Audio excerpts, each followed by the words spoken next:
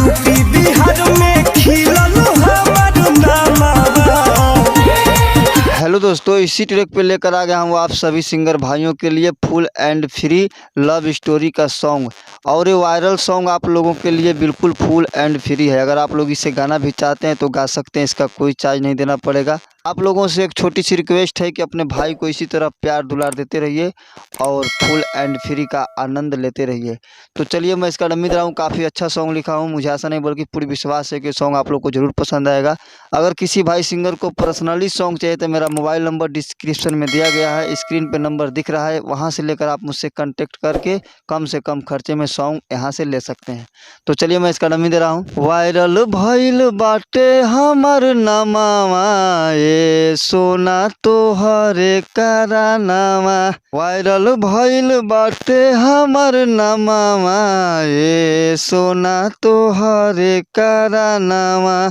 हे सोना तोहरे करानावा, निक लागे नाही खानावा। ए सोना तोहरे करानावा, पीछे पड़ल बाटे दुश्मनावा। ए सोना तोहरे करानावा, वायरल भइल बाटे हमर नामावा। ए सोना तोहरे करानावा। दोस्तों, ये मुखड़ा था और मुखड़ा कैसा है कमेंट बॉक्स में अपना कमेंट राय जरूर दे। और चलते हैं अंतरे की तरफ।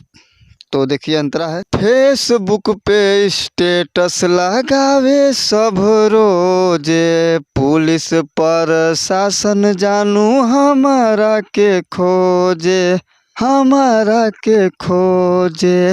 फेसबुक पे स्टेटस लगावे सब रोजे, पुलिस प्रशासन जानू हमारा के खोजे। मन करे कि दे दी अपन जनावा, ए सोना तोहरे करानावा। वायरल भइल बाटे हमर नामावा, ए सोना तोहरे करानावा। दोस्तों, ये फर्स्ट अंतरा था और अंतरा आप लोग को अच्छा लगे तो वीडियो को लाइक ज़रूर करें।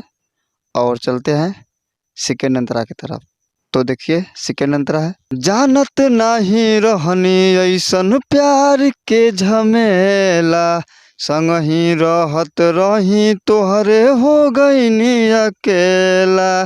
पिंटू परवाना बाटे अजय जी के साथ में, भइल बाटे आफत जानू भेंट कइल रात में। जगले रही रतिया बिहनावा, ए सोना तोहरे करानावा। वायरल भइल बाटे हमर नामावा, ए सोना तोहरे करानावा। दोस्तों, हमारा वीडियो अगर आप लोग को अच्छा लगे तो वीडियो को लाइक ज़रूर करें और नेक्स्ट वीडियो के लिए तैयार रहें। तब तक के लिए धन्यवाद।